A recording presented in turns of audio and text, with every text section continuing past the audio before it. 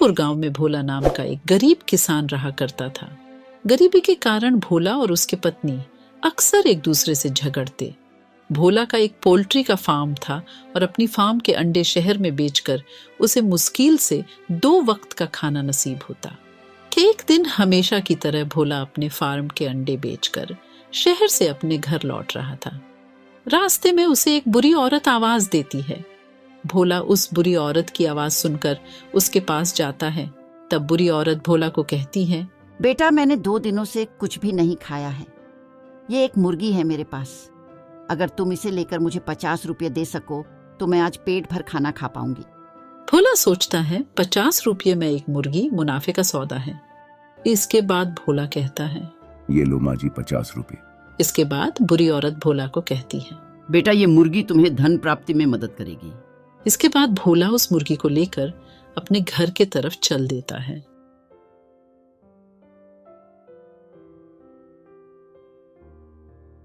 उधर भोला के घर सेठ जमुना लाल आता है और उसके बीबी को ये कहकर जाता है कि अगर भोला ने ब्याज का पैसा आने वाले 2 दिनों में नहीं दिया तो वो उनको उनके घर से निकाल देगा। और उसके बाद यह कहकर सेठ जमुना लाल वहां से चला जाता है।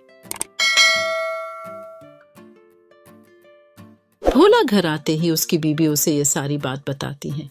ये सुनकर भोला मायूस हो जाता है और भगवान को पुकारने लगता है, हे भगवान, हमें कृपया इस परेशानी से छुटकारा दिलाए। इसके बाद भोला की बीबी भोला से उसका दिन कैसा गुजरा पूछती है। तब भोला अपनी बीबी को कहता है कि आज उसके सारे अंडे बिक गए और अपनी बीबी को रास्ते में मिली बुरी औरत और इस मुर्गी की बात बताता है।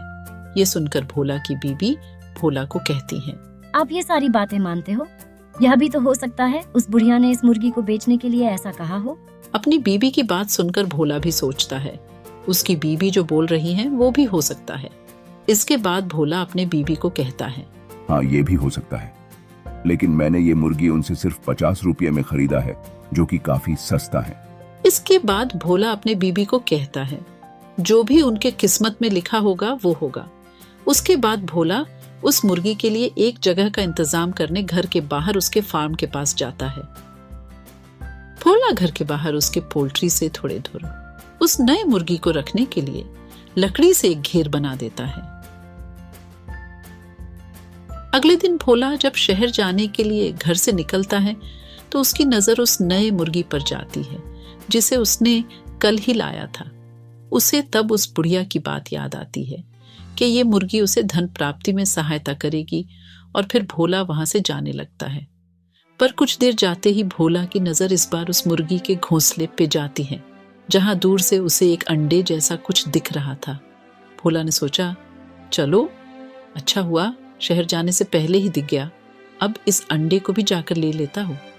ये कहकर वो जब नजदीक गया तो उस अंडे को देखकर चौंक जाता है क्योंकि ये एक सोने का अंडा था। उसके बाद भोला अपने बीबी को आवाज देता है। उसकी बीबी भी बाहर आकर वो अंडा देखकर चौंक जाती है। उसके बाद भोला को प्रतिदिन एक सोने का अंडा मिलने लगा और सोने के अंडे बेचकर भोला के पास बहुत सारा पैसा जमा हो गया। एक दिन जब भोला और उसकी बीबी दोपहर को खाना खा रहे थे तब भोला की बीबी भोला को कहती है, मैं आपसे एक बात कहने के बारे में सोच रही थी। अगर आप बुरा ना माने तो मैं वो बात आपसे कहना चाहती हूँ। ये सुनकर भोला कहता है, हाँ कहो। इसके बाद भोला की बीबी भोला को कहती है, वो मुर्गी हर दिन एक अंडा देती है और उसके पेट में और भी बहुत सारे अंडे हो सकते हैं और अगर हम उसकी पेट से वो सारे अंडे एक बार में बाहर निकाल सके तो हम रातों रात अमीर बन सकते हैं। बात तो तुम सही बोल रही हो, पर हम एक साथ सारे अंडे कैसे निकाल सकते हैं? वो मुर्गी तो एक दिन में एक ही अंडा देती है। फिर भोला की बीबी उसे कहती है, क्यों ना हम उसकी पेट काटकर सारा अंडा निकाल लें। अपनी बीवी की बात सुनकर भोला कहता है, ठीक है, कल हम उस मुर्गी के पेट से सारा अंडा निकाल लेंगे। अगले दिन भोला और उसकी बीबी जाते हैं उस मुर्गी की पेट काटकर सारा अंडा लेने के लिए। भोला लालच में आकर उस मुर्गी का पेट काट देता है और देखता है कि उस मुर्गी के पेट में एक भी अंडा नहीं है। यह देखकर भोला और उसकी बीबी रोने लगते हैं। अब उनको समझ आ गया था कि उन्होंने लालच में आकर अपने पैरों पे खुद ही कुल्हाड़ी मार ली है। इसीलिए कहते हैं ज्यादा लालच बुरी बला है।